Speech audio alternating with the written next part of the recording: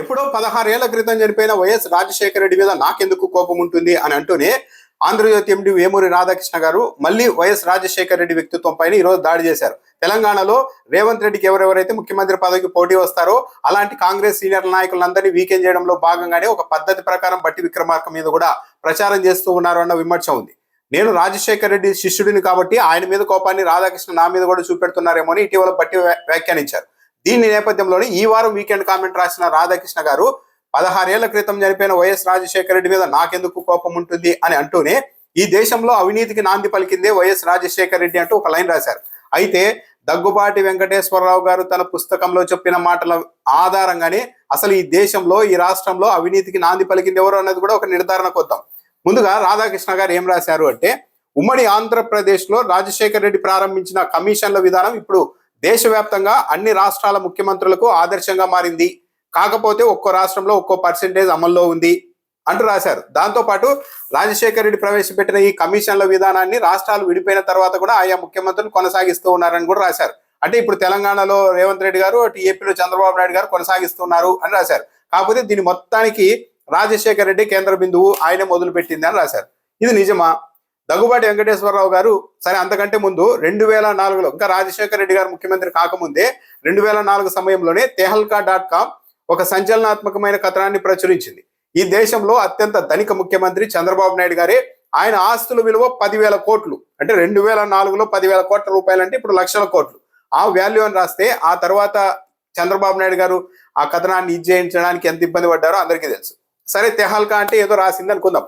స్వయంగా చంద్రబాబు నాయుడు గారి తోడల్లుడు దగ్గుబాటి వెంకటేశ్వరరావు గారు ఒక చరిత్ర, కొన్ని నిజాల పుస్తకాల్లో చంద్రబాబు నాయుడు గారి గురించి 3-4 అంశాలు రాశారు.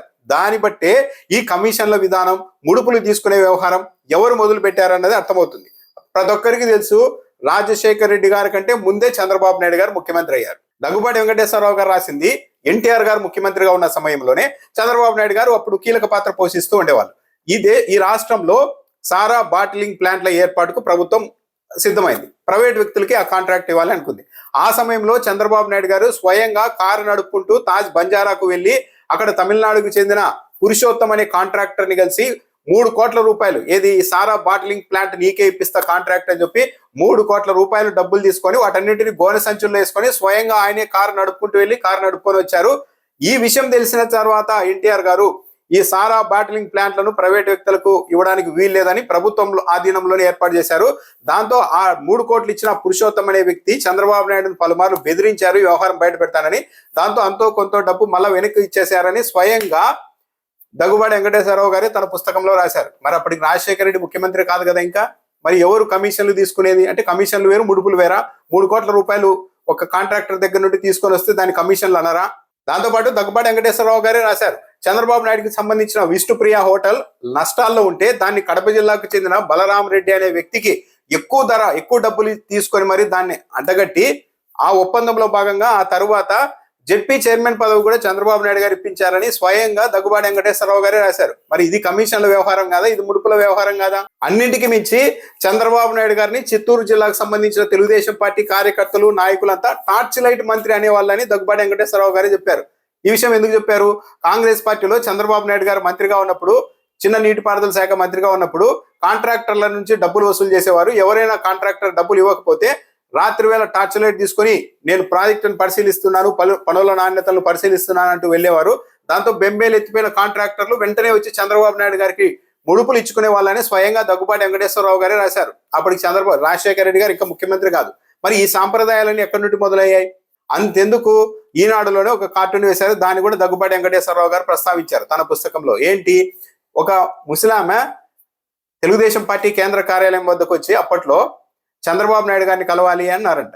ఎందుకు అని అడిగితే 10,000 రూపాయల నోట్ల కట్టలు చూపించి ఈ 10,000 రూపాయలు చంద్రబాబు నాయుడు గారికి ఇస్తే నా కుమారుడికి ఉద్యోగం ఇప్పిస్తారు అని అన్నారు, అందుకు వచ్చానని చెప్తే ఆ మరుసటి రోజు ఈనాడులో కార్టూన్ ఏమేశారు, ఏమమ్మా చంద్రబాబు నాయుడు మీకు అంత చీప్ గా కనపడుతున్నారా, ఆయన వాల్యూ కనీసం 1,00,000 రూపాయలు కాదా అని ఈనాడులో కార్టూన్ వేశారు కదా.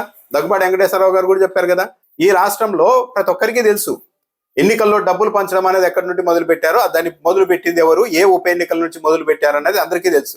సరే చంద్రబాబు నాయుడు గారు మంచి వాళ్ళని చెప్పుకోవచ్చు, కానీ ఎందుకు పదే 16 ఏళ్ల క్రితం చనిపోయిన రాజశేఖర రెడ్డి మీద ఇప్పటికీ కూడా ఆయనే ఈ రాష్ట్రంలో కమిషన్ల విధానం తెచ్చారు అంటూ రాధాకృష్ణ గారు ఎందుకు బురద జల్లుతున్నారంటే ఇక్కడ జగన్మోహన్ రెడ్డి ఇంకా ఉన్నారు కాబట్టి రాజశేఖర రెడ్డి మీద మొత్తం వాళ్ళ కుటుంబమే అవినీతి కుటుంబం, వాళ్ళే ఈ రాష్ట్రంలో కమిషన్లు మొదలు పెట్టారు. ఇవన్నీ ప్రచారం చేయడం ద్వారా అటు జగన్మోహన్ రెడ్డిని కూడా డ్యామేజ్ చేయొచ్చు, చంద్రబాబు నాయుడు గారి మీద ఉన్న అలిగేషన్స్ అన్నింటి డైవర్ట్ చేయొచ్చు అన్నది కదా. చరిత్ర ఎవరు పెద్దగా తెలుసుకోరు, లోతుల్లోకి వెళ్ళరు అన్న ధీమాతోనే కదా.